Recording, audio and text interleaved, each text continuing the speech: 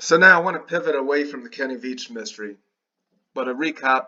Yes, we do want to hear. We hope that that members of the immediate family one day to come out authoritatively, not just Susan.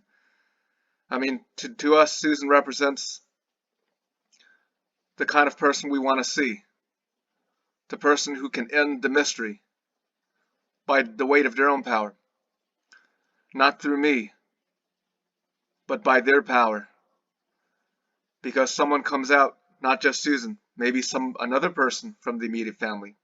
You never know what happens in the future. You don't know. They come out, they say, "This is me. I'm so and so," whether voice and video, authority, hammer down. But anyway, I want to pivot away to spiritual matter. The concept that I want to get to of imperfect divinity. And as imperfect as this video is going to be, it's actually appropriate for the fitting title topic. Imperfect divinity. Some traditions have a concept of divinity being perfect, but I always value the concept of imperfect divinity. And in some traditions, divinities themselves aren't perfect. They can be enraged, they can be wrathful, they can be provoked. Okay, so in that sense, if you think about it, you go to a beautiful place, there's spiritual presence. Maybe you'll provoke the spiritual presence. Maybe you'll be pleasing to the spiritual presence. But there's no concept that the spiritual presence has to be perfect for you at all times. No. And also onto the concept of the human spirit, human kami. I don't like the idea of basically, now if I'm talking spirituality, if I'm discussing one tradition or the other, basically there's some traditions they have this idea you got to put on, you got to represent. Basically, put away the drink. I'm not putting away the drink.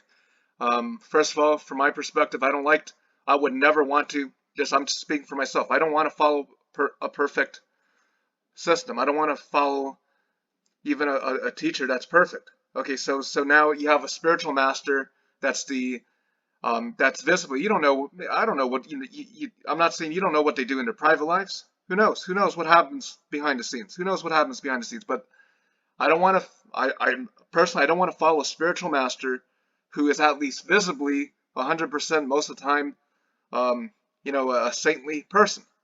Okay, same concept. My concept of divinity. I like the concept that spirits aren't perfect. They're full of passion themselves. So if I'm going to ever listen to spiritual teacher, I don't want to listen to perfect teacher. I want someone who is more of an accurate reflection of the actual nature. So the idea of perfection in divinity and also perfection of teacher, I reject that idea. It's not a cop-out concept, but basically, all right. So if I'm looking to follow a spiritual teacher or a spiritual master, I really don't want to follow a perfect being. Absolutely not. No drinking, I got my drink in my hand right now, talking about spiritual matter. Theologically, I see zero contradiction in that. Some people might see contradiction in that, but I say bottoms up, splice main brace, and drink to the divinity.